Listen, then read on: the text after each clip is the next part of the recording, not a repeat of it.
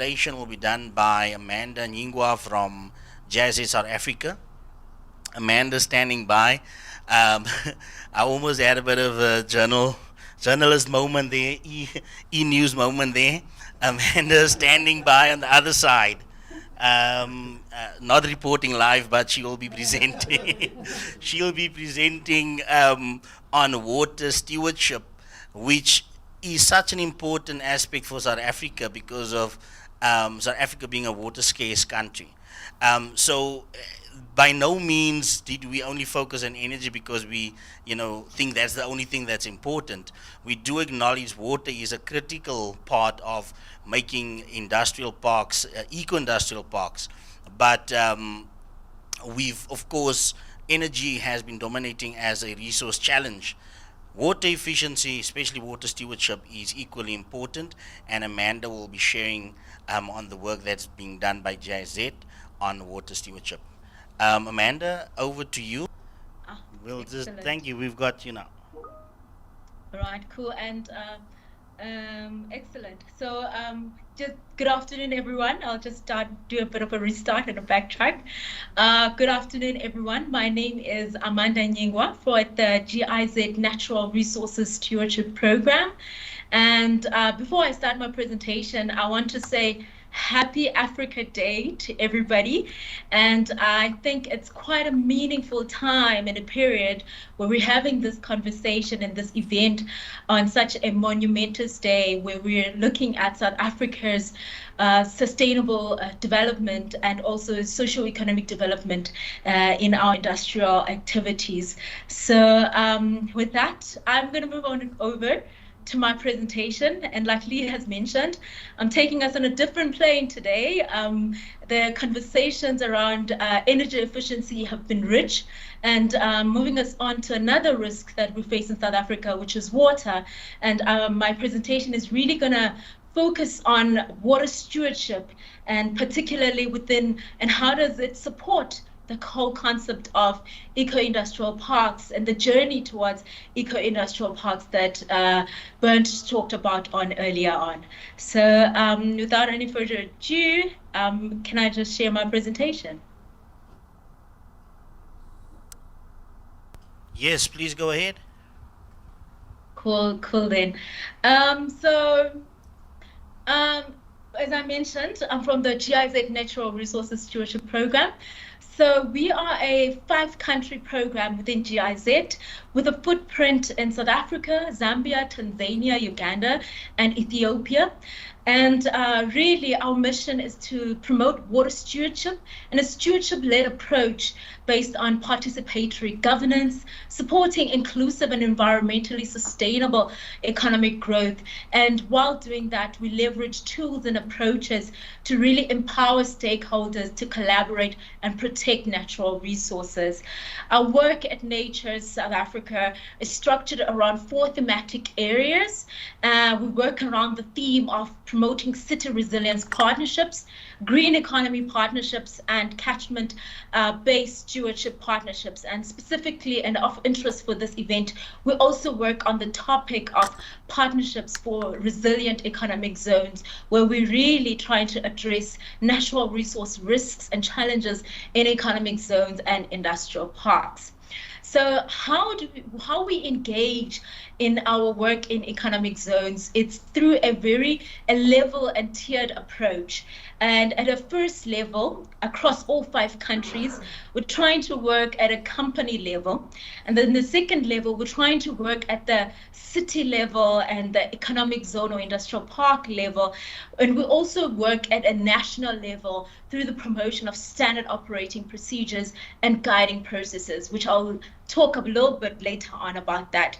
But at all these levels, what we're trying to do is to promote inter-country learning. And I think this event is part of our approach in really trying to support interventions, national interventions that are trying to promote learning locally and regionally as well.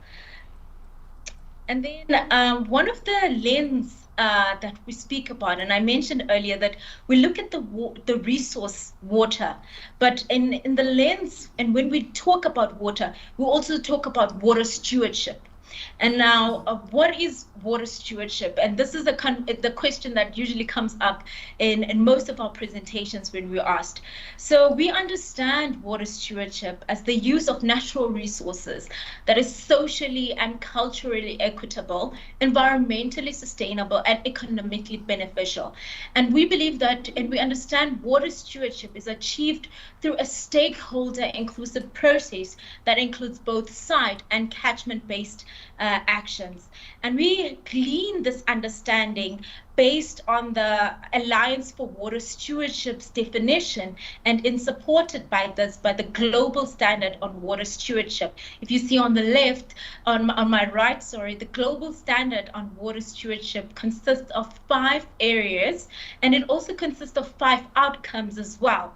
And with water stewardship, these outcomes become the areas of good water governance, sustainable water management, good water quality status, important water-related areas, and that's in line with ensuring that your ecosystems, your sensitive water areas are protected. And also another dimension and outcome of water stewardship, according to the global standard on water stewardship, is around safe water sanitation and hygiene, which is that whole component on WASH. And these are all the lenses and areas that water stewardship touches, and in that 5-step-wise approach where it includes that gather and understand, commit and plan, implement, evaluate, communicate, and disclose your site's related stewardship efforts. So we look at water and the management of water through this lens of water stewardship. And now the question comes is, so it's not moving now. And now the question comes is, why a water stewardship approach for industrial parks? And in our work and in our collaboration with our partners, we found that there's 3 sides to this conversation of why industrial parks and why a water stewardship approach. Well, I think we've already seen that industrial parks are vulnerable to water security and resource risks. And this water security comes in different levels. There's risks that they encounter. They come in different levels. They come in the operational and supplier disruptions. We saw that with the COVID-19, and we're also seeing it sadly with the floods that have impacted the KZN province. There's higher operational costs that are attached to water security risks in industrial parks. There's also a sense of diminished productivity when it comes to when an industrial park is hit by a water-related issue. There's also a brand damage and diminished investment when it comes to water security risk. I think for a while now, industrial parks and in special economic zones, they've really struggled to get a really good handle on how do they manage and account for their negative externalities. And that is where those brand damage and diminished investment risks come in. But there's also a sense of legal and social license to operate. We've seen this in other industries where, because of the challenge of the water-related impacts that happen, that the area or the industry is now being removed by the community, and they're rejected in a sense by the community. So the first side here that we see is that there's a water security risk that is attached to stewardship, and why is water stewardship in industrial parks. And then the second side that we're seeing here is that water stewardship is beneficial for industrial parks. We understand and we're seeing that there's economic benefits in industrial parks when it comes to the pursuit of water stewardship. We understand that there could be unlocked opportunities in relating to environmental management and the efficient use thereof of resources. And we're also understanding that we could unlock some social benefits, but also support the promotion of credibility, particularly if industrial parks choose to journey on in their water stewardship endeavors through the Alliance for Water Stewardship standard. But another aspect that we're seeing when it comes to why industrial parks and why water stewardship in these sites, we're seeing that there's an opportunity for stakeholder engagement and collaboration. And the reason is that within industrial parks, there's a complex suite of relationships and actors. And these actors view water stewardship and the risks that they face through different lenses. And it becomes a challenge in order to now understand how can these key actors at their multi-levels within which they operate share a common suite of objectives so that the various risks that are shared and can then be translated into mutually beneficial outcomes and also unlock those mutually beneficial outcomes. So on the right, you'll see there that there really is a suite of actors when it comes to industrial parks. There's the government and the public institutions. There's the civil society and the stakeholders. There's also the private sector represented by the companies or the IPs, the companies that are located in the IPs. And we're seeing that water stewardship, by bringing all these stakeholders under the umbrella of water stewardship in practice, they can then collectively start to think about shared objectives, collectively identify shared risks, and also unlock mutually beneficial outcomes. And in line with this, then it becomes sort of like another now leading on in terms of, well, now you have the stakeholders, we understand these opportunities when it comes to water stewardship, but then how do we embed them? How do we embed water stewardship in industrial parks, considering that there's so many stakeholders and the risks that they understand and face are so varied? So within Natures, we've been applying and embedding water stewardship approaches in industrial parks through 4 different levels. So we've been working with parks to apply the principles of the AWS standard, which I talked on earlier around, within the industrial park, and to really support them to address their physical and reputational risks. We've also been supporting and partnering with our partners to develop clearly articulated guidelines and regulations which are ready for compliance monitoring and standard operating procedures, but also drawing on the EIP framework. And I'll come back to the standard operating procedures because we've had a very beautiful collaboration with the Department of Trade and Industry, particularly around this aspect. And one of the other levels within which we're working with the industrial parks and our partners on embedding water stewardship is through improved operational efficiency. That is through the efficient water management and really other natural resource use, and identifying what are those areas of opportunity where within the park and in the levels of within which the park engages in, where can we find that spot and that area to really mainstream efficient water use and improve the operational efficiency of the park.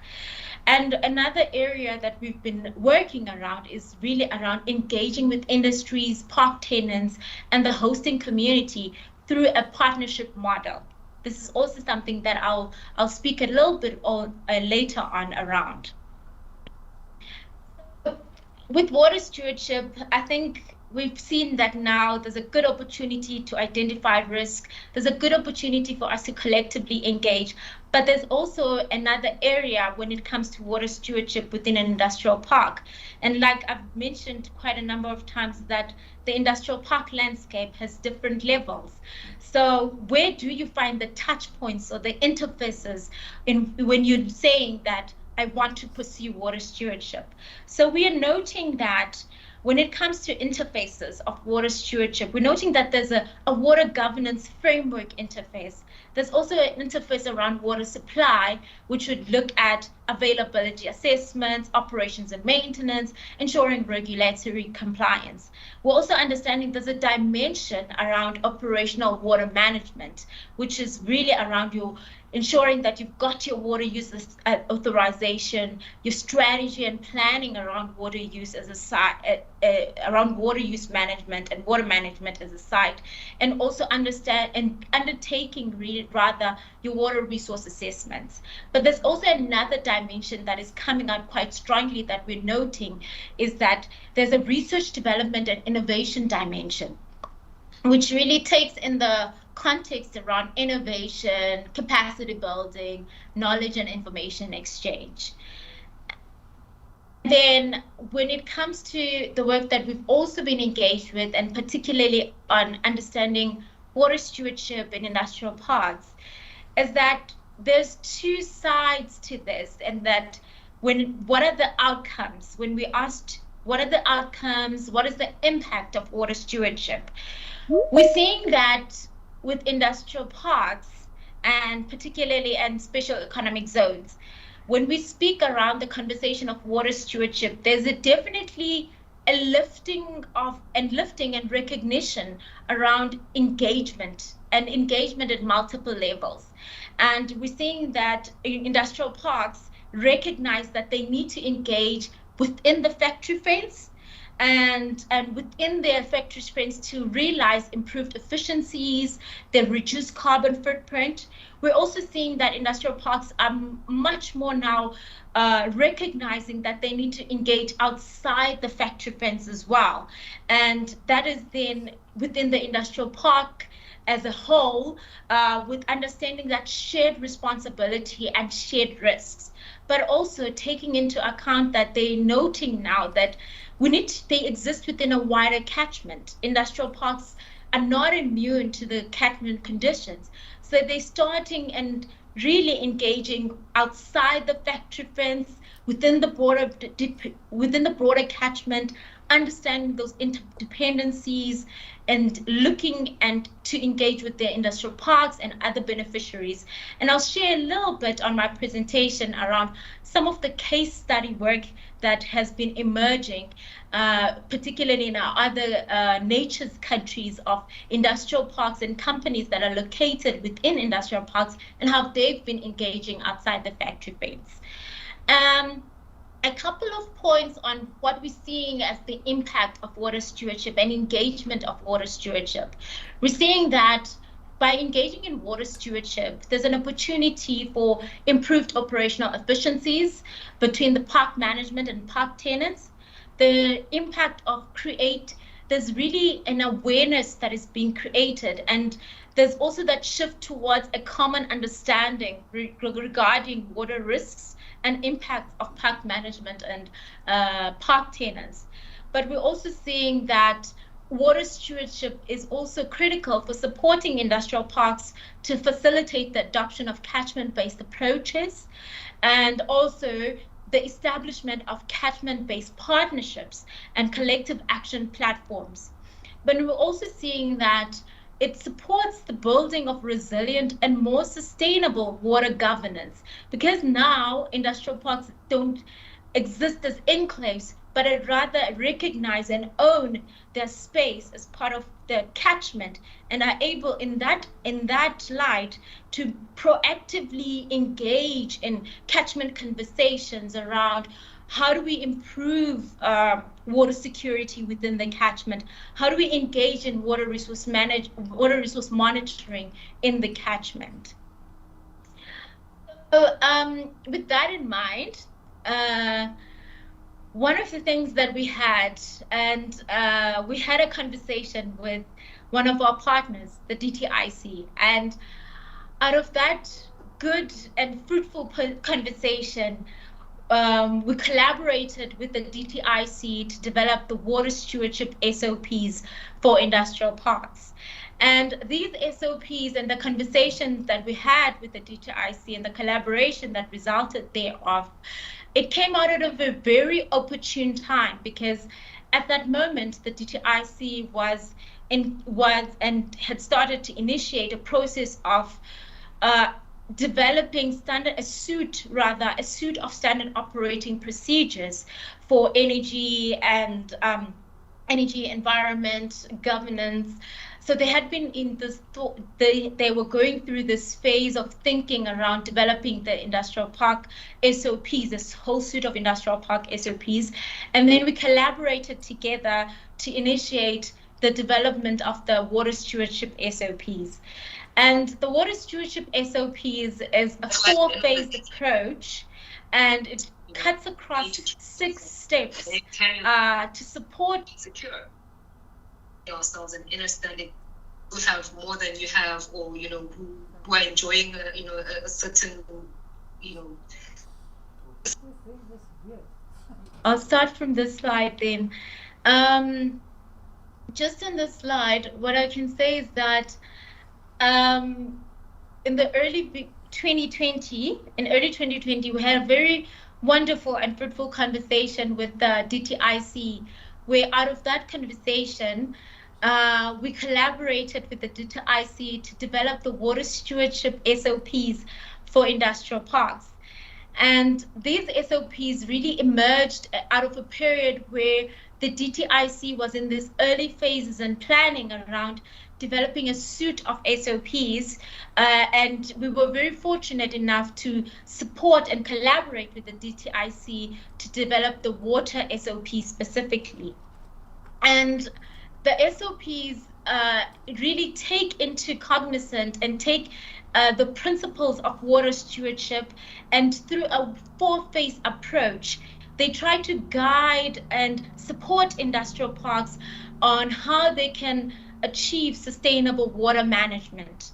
And this is also done through a stepwise approach to support really and handhold the industrial parks in their endeavors and journey towards collective action and sustainable water management within their operations, and also to adding that layer of stewardship and how they can engage beyond the factory fence.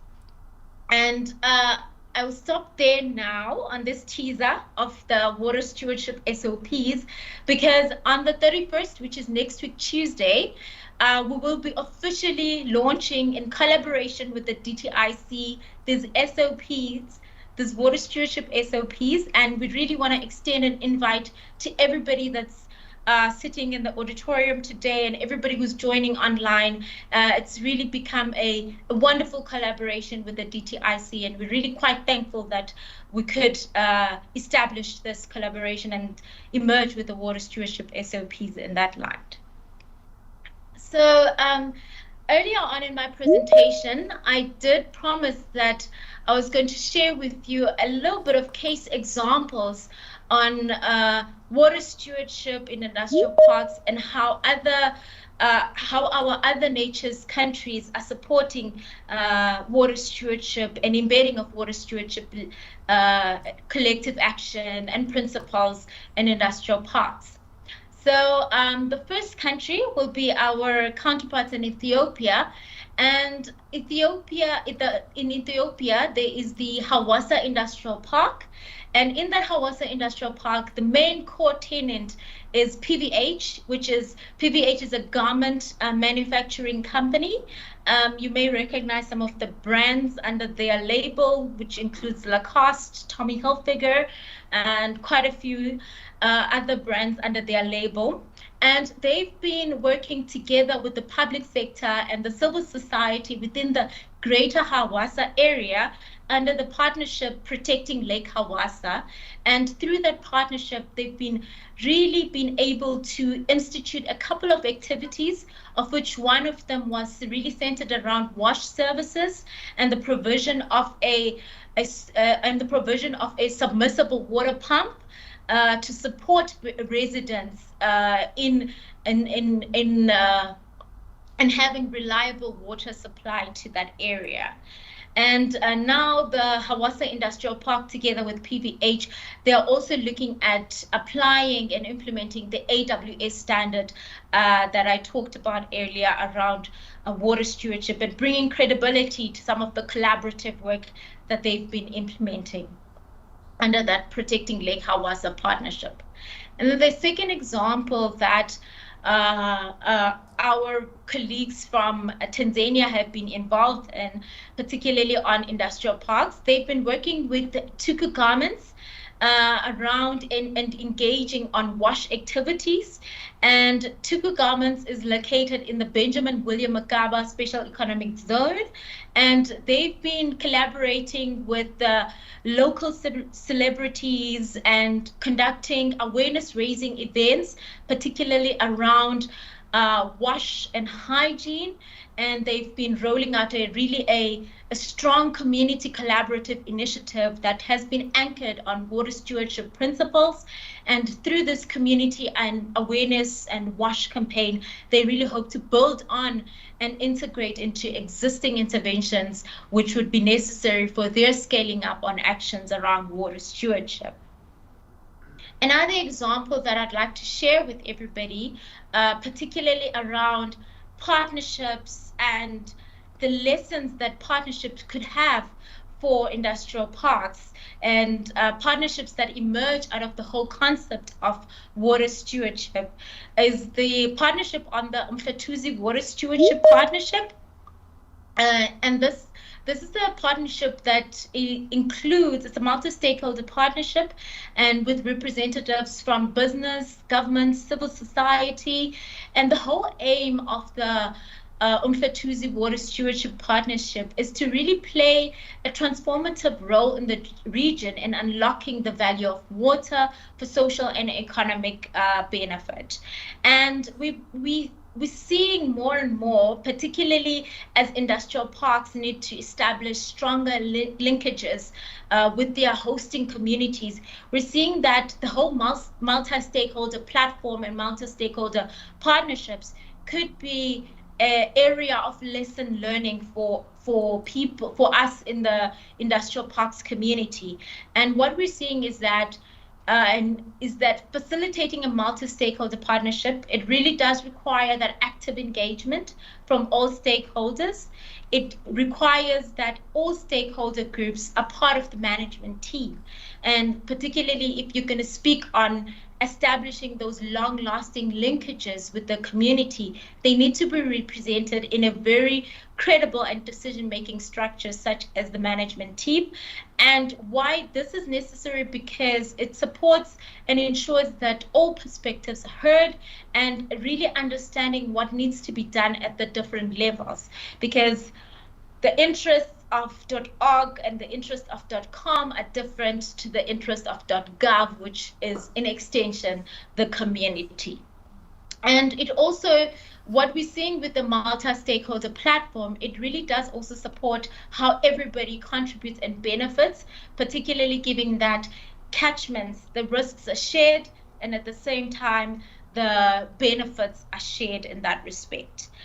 With that in mind, I'll move on to my penultimate slide. And this is really the partnership model that at the multi-stakeholder partnership model that we've been guided around in our work around mainstreaming water stewardship, be it at a catchment scale, mainstreaming water stewardship also at a city level, or at the industrial park level, as you saw with the Hawassa Protecting Lake Hawassa partnership. So our partnership model that we've been working on is really the natural risk and action framework. It's got tools that take you through the 5 phases of this framework, and these tools are available for everybody to download in our website. So there's the partnership creation phase, and there's also the partnership execution phase, which takes us to that act and that scale and exit. And then with the creation phase, there's all those prepare, getting the groundwork, there's the assessment, risks, assessing your risks and opportunities, and also there's that commit phase, which is around developing your models of delivery and securing commitment. And now onto my last slide, particularly on this aspect of industrial parks and water stewardship in industrial parks. Our key insights, and in collaborating with the DTIC and collaborating with some of our partners across our 5 countries, the key insights that we're noting is that industrial parks are not immune to catchment conditions. They don't exist as islands. they are very much affected by what happens in the catchment, and also we can even broaden it to what happens nationally. And think we very much saw with the COVID-19 pandemic and the national hard lockdown shutdowns, we saw that there were really the tenants that were operating in those industrial parks were really heavily affected. And then what the other thing that we're seeing is that the competitiveness of industrial parks, it really does depend on how the sites are able to respond to risks, and how in times of risks, how they're able to ensure value creation and support the continuation of activities in those times of uncertainty. We're also seeing that the IP landscape, it's really complex. There's multiple levels within which one can pursue water stewardship initiatives, and one can embed water stewardship activities. But it's better to choose your entry points. And sometimes while you're looking at water stewardship, it looks very good, it's got benefits, but you need to take it a step further to maybe start internally and thereafter engage broadly beyond the factory fence. And one thing that we're also very much becoming aware of, and through the work that we've been doing with our partners, is that you don't have to do it alone. Multi-stakeholder partnerships are really useful platforms for coordinating the diverse stakeholder groups and really promoting collective action in industrial parks, because water is a shared resource, and its benefits are also shared. So we've got to collaborate together when it comes to addressing some of the site and catchment related risks when it comes to our water resources. So with that in mind, thank you so much for the thank you so much, Lee. And I really hope that I did introduce and shed a little bit of light to everybody around water stewardship, why work water stewardship in industrial parks, and some of the collaborative work that we've been engaged in with our partners, particularly the DTIC and some of the special economic zones. So yeah, thank you so much, Lee. Thank you, Amanda. Thank you for sharing that very interesting, very important presentation with us. And of course, raising something that often can just fall off the table. I think we are, of course, within the NCPC, we have a very dedicated industrial water efficiency focus. But when we look at water stewardship, when we look at the resource as a whole within the context of catchment areas, and even from a water footprint perspective, who benefits and who is in need, and how far the need extends beyond just your actions within the confines of your park, becomes a critical aspect to keep in mind when we plan and when we conserve and when we save. So thank you very much, Amanda. She did mention the launch of the SOPs that's going to happen on the 31st. Please do attend and support the GIZ and DTIC with the great work that they've done. Ladies and gentlemen, we've come to the end of our presentations for today. Despite starting a bit late, despite the gremlins in the system, despite Microsoft Teams just dropping us for some other reason, we have a lot of time for questions. If there's any questions in the room, please do raise your hand and ask a question. We still have Bernd in the room. For those who saw him earlier, he's still here if you want to ask him a question. We still have Rwanda in the room at the back if you have any questions for her. Of course, we have Mr. Matla and our presenters from UNIDO and NCPC. If there's no questions, then let me check. No questions on Teams. If there's no questions, please do yourself. Oh, we've got a question on the line. How do we get the question? How do we? Can you hear me? Yes, please go ahead. It's Richard Boxall from Titan Park Industrial. Thank you for a magnificent presentation once again. I just wanted to find out, I see a huge benefit for an institution that can possibly offer a gateway to EIPs. I can only imagine that, as indicated by some of the speakers, international companies that are possibly more advanced in this initiative or these initiatives are compelling local suppliers or collaborators to employ various environmental structures. I just think it would be great, and I don't know if you actually have considered that, if there was a database of international and local companies that would automatically show an interest in being an owner or an occupier, that would, by extension, give so much feasibility in the early stages. As you know, we are starting from the ground up, which is really exciting.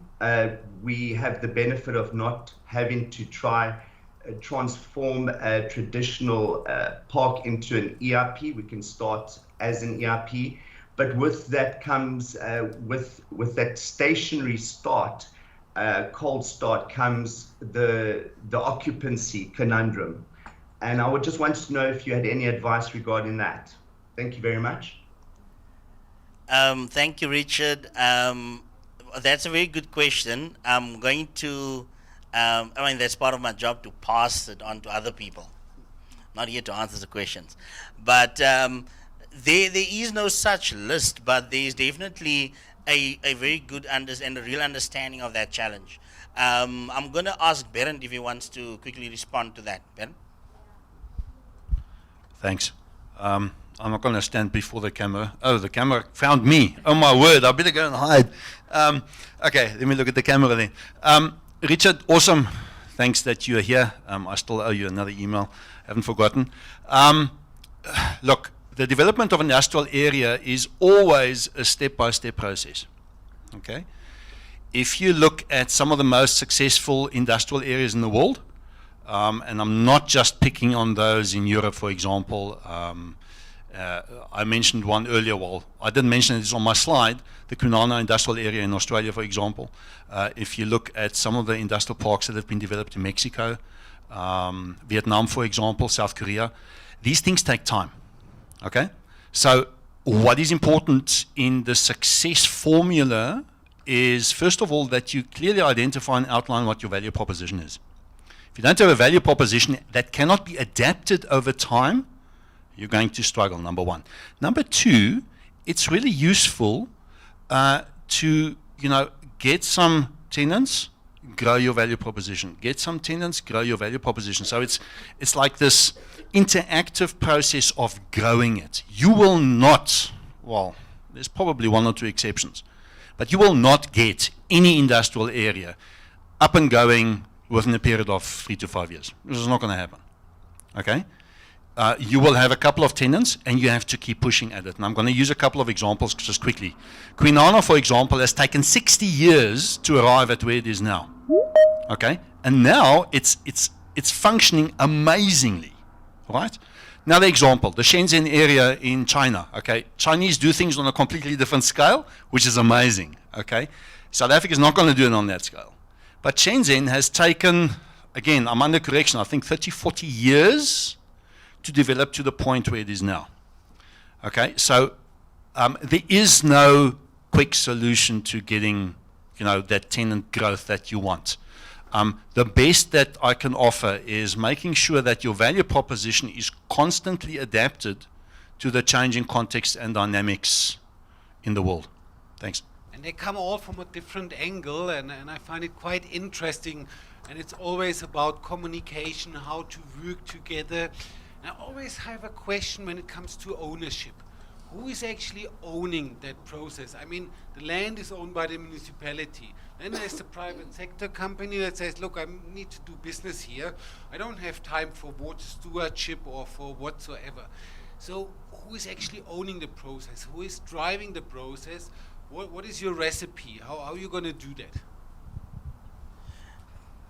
Thanks. In our case, you will find that we are a state-owned industrial park. So the land will be owned by the FDC itself. But in most cases, we find that it will be the privately owned land. But I think your question might be to say that I'm not interested in anything, I want to buy a land, maybe, something like that. You will find that in our case it's going to be a little bit difficult, whereby there are processes when you want to acquire land. So most of the time, they end up renting from our premises. Right now, we've got people who rented out from us more than 30 years ago. You know, they regard that as their home. Okay, sometimes there will be a window period whereby we say that we sell some factories so that we can get a little bit of cash. But for privately owned, it's going to be easier. But for the state owned, it's not easy. Thanks, Stefo. And I think just to add to that, I mean, it's probably the quick answer, but the ownership, you know, it doesn't just resonate, it doesn't just sit with one partner or one stakeholder.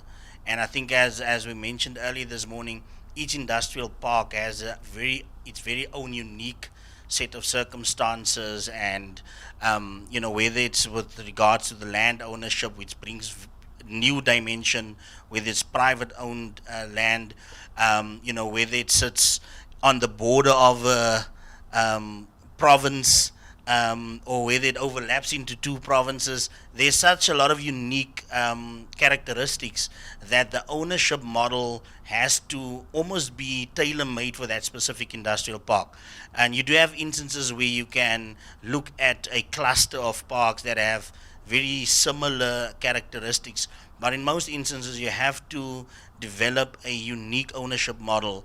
And again, ownership can then be driven through various agendas, if you want to call it that, but there could be an element where the agenda for a particular area would be to address energy.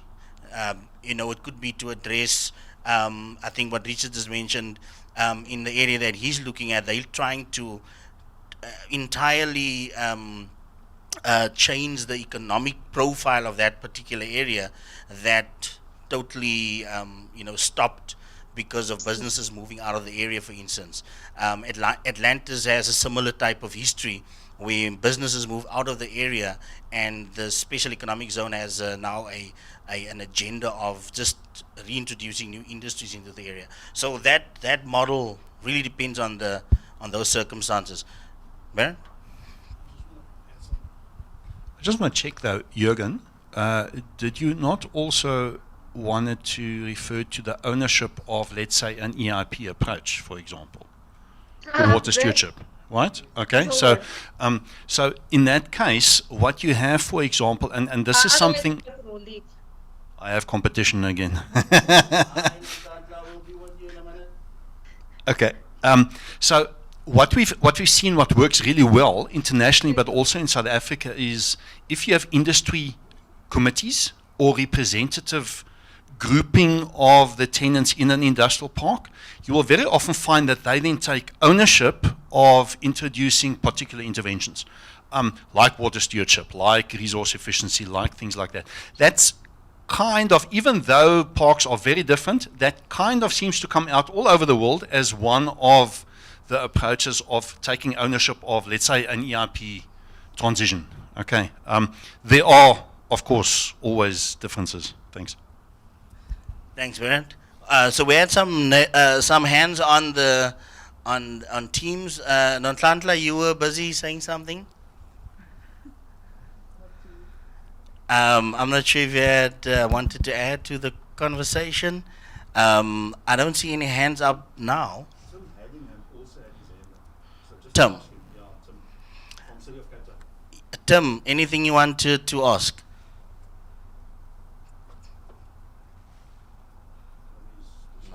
Okay. Leander? Okay. I also just want to answer Jürgen's question. What we also found in South Africa, the East London IDZ is called a what park? No, the IDZ, it's a flagship park or what? Yes. So in terms of ownership on what? Lighthouse Park, yeah, okay. East London IDZ. So what happens there is there's a champion in park management that drives the process. And that works very well in the industrial parks. If you have someone that buys into the eco-industrial park principle, and he drives the companies and his management team and everybody around the park, he's not necessarily the biggest boss, but he's the driver of that. That really works, because East London IDZ went from 80% and they're getting close to 100% on the international framework because of Mr. Chris Etmeyer that's driving this process. So, no. It's a manager within the park management. So it's the industrial park management, the guys who collects the fees, so the electricity fees, the water fees, etc. The guys who manage the park. If you have a champion within that management system who drives the companies who are in the park, then it works. Yeah, then they get better and better. And Mr. Tefo Matla is also one of those drivers. Wanda, Amanda, you wanted to add something?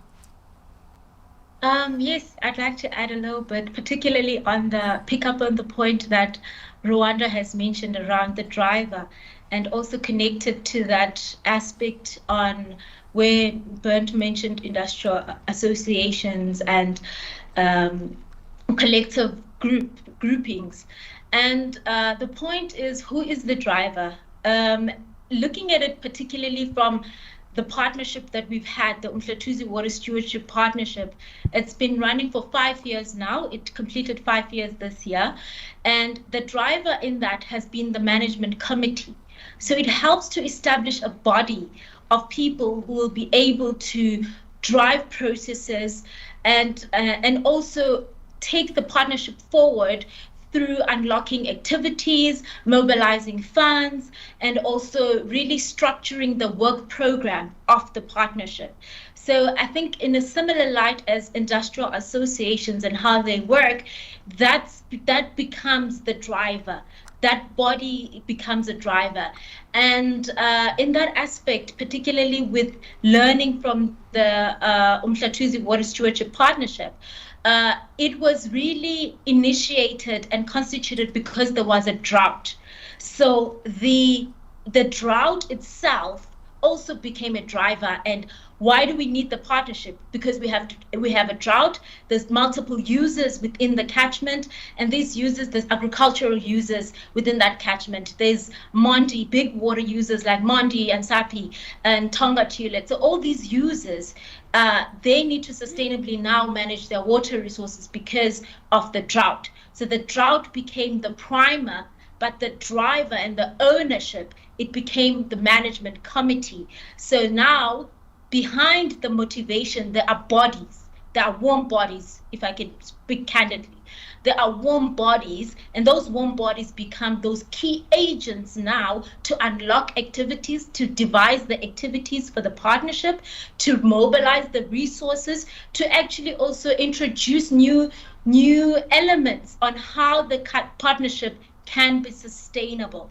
So I think in that light, there's definitely a need for champions, but there's also a need for a coordinated management group to support the unlocking of opportunities, but to also devise the path as to which actions should the park take now. What is more important? Do we want to start maybe looking at that energy when we're looking at it, or eco-industrial park principles? Do we want to start looking at water? Do we want to start looking at the governance?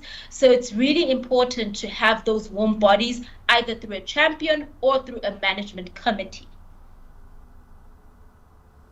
Thank you Thanks, very Lee. much, Amanda. Very well said.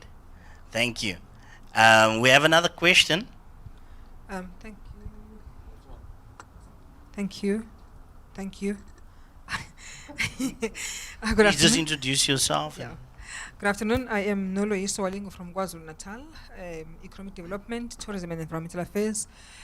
I'm just trying to think aloud here to Amanda, by the way. I just want to gain her insight. Something she mentioned, the .org.com and then .gov. The role of government as a regulator, as a participant, as someone. What is the experience from these three case studies that she was sharing here in terms of the government participation? And I'm thinking in light of the fact that, well, the open secret is there's not always, the government and its citizens will not always see eye to eye, especially where there's these groupings involved. How did you see that being overcome as a challenge, probably in your case studies, especially the Umhlatuze one? Well, I'll just talk about the one that I'll probably know because, well, I know this government.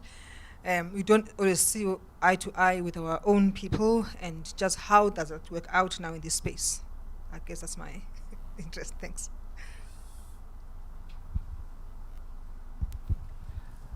Thanks. Go ahead, Amanda. Thank you. Thank you so much. Well, I think we've been quite fortunate, and I'll speak broadly first and then I'll narrow in on the Umhlatuze water stewardship case. We've been quite fortunate when we've been collaborating with government, particularly the DTIC. It's been really mutual, and we find ourselves at a really mutual meeting ground where we both are at a stage where we want the same things. So in that instance, and there's so much openness to collaborate. So we've been very fortunate on that aspect when we've collaborated in national government, that there's been so much openness to collaborate. And also with the Umhlatuze municipality, collaboration has really, and them being involved within the Umhlatuze water stewardship partnership, specifically because they also sit in the management committee of the Umhlatuze water stewardship partnership. That collaboration and their openness and their willingness to actually participate, share their views, support members of the partnership has been really fruitful. So we don't really have that now, that relationship where there hasn't been seeing eye to eye. And we've been quite fortunate also with the municipality where we've had a champion, and we have a focal point that we speak to who also represents the needs of the communities. So again, coming back to that aspect that even with the collaboration with the municipality, it's good to have a champion in that space. And also, I think one of the key takeaways from that partnership and that collaboration, particularly with the municipality, it's been also supporting them with their endeavors and not necessarily trying to barrel down a view that does not align to their interests. Understanding their interests, understanding that, okay, the best thing now would be to support and partner with them around an initiative around drone technology so that they can be able to monitor population growth and map that against water related and water and sanitation related needs. So it's been that collaborative, transparent relationship where you don't barrel your own agenda. You really need to be transparent, come in there with a very transparent atmosphere that we are collaborators, we have different interests, but let's try and align our interests as far as possible. So really a good story, and I guess also the partnership also came at a fortuitous time where we had established a relationship with them through the drought period that the area had experienced. So those moments of risks also do help and support creating those solid foundations within the partnership. Thank you, Amanda. All right, Gava, thank you. We've got another question at the back, and then we will wrap it up for today. Good afternoon, ladies and gentlemen.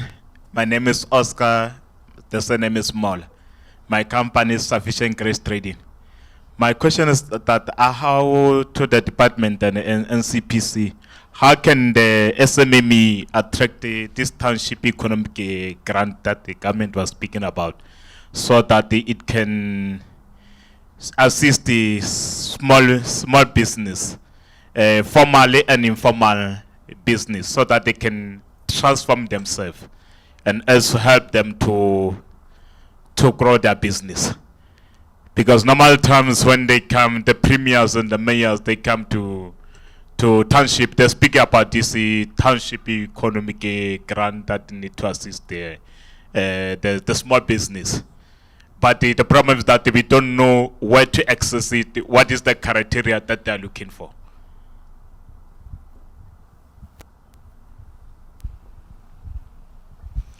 I'll just answer quickly to that. You've got to go to the Department of Small Business Development. DTIC doesn't do that directly. We are working with DSBD to put together a proper framework for that kind of intervention. I'm not going to speak on behalf of politicians. My experience, quite bluntly, is that sometimes people make promises, but they actually don't know, where to send people to, unfortunately. But that being so, I know there is support. A good place to start would be going to the DSBD website. So it's www.dsbd.gov.za. A second good place to start is to go to the CEDA website. Okay, so the Small Economic Development Agency, okay, which falls under DSBD. So they have a fund that's directed at this kind of support. There are other entities also that you can engage. The NEF, for example, National Empowerment Fund, okay? They have a website as well, so Google is available on your cell phone, Google them, okay? So NEF is also a possible option. There are others as well, but I mean, you're welcome to come and grab me. I did have lunch with you, so you know my face. Thanks. Thank you, Bernd. Thanks, Henry. Ladies and gentlemen, I think we've come to the end of a very fruitful day. We would like to thank all of our speakers for being here today and for really just igniting the excitement when it comes to eco-industrial parks and industrial parks as a whole. Please do yourself a favor and go onto the NCPC website. We have a dedicated page that deals with eco-industrial parks, where we share the upcoming training that Henry mentioned. There's also the tools that Henry mentioned earlier. Also, please take note of the upcoming events. There will be a number of upcoming events. I think one that Amanda mentioned already earlier on the launch of the SOPs. There will be a couple of more events that will take place dealing with industrial parks, and we will continue to engage with as many stakeholders as possible. Berend mentioned the roundtable. We will have another roundtable session in July. So please do make sure that you write your details somewhere. Please indicate, contact us, and we can add you to the mailing list, and we can share that invite with you to join and to listen to some of the things that go out there. Again, as I mentioned this morning after the first session, this really just feels like the tip of the iceberg. There's such a lot that is happening, and we're excited to share more. But we will, over the next coming months, we'll start to share more information, more links, and more connections to tools and activities and training that will further strengthen this space. Thank you for your time. So the launch is online? The launch will be online. Yes, it will be online. Thank you. Please give yourselves a round of applause for sticking it out and being here. And please enjoy the rest of the conference. Oh, thank you.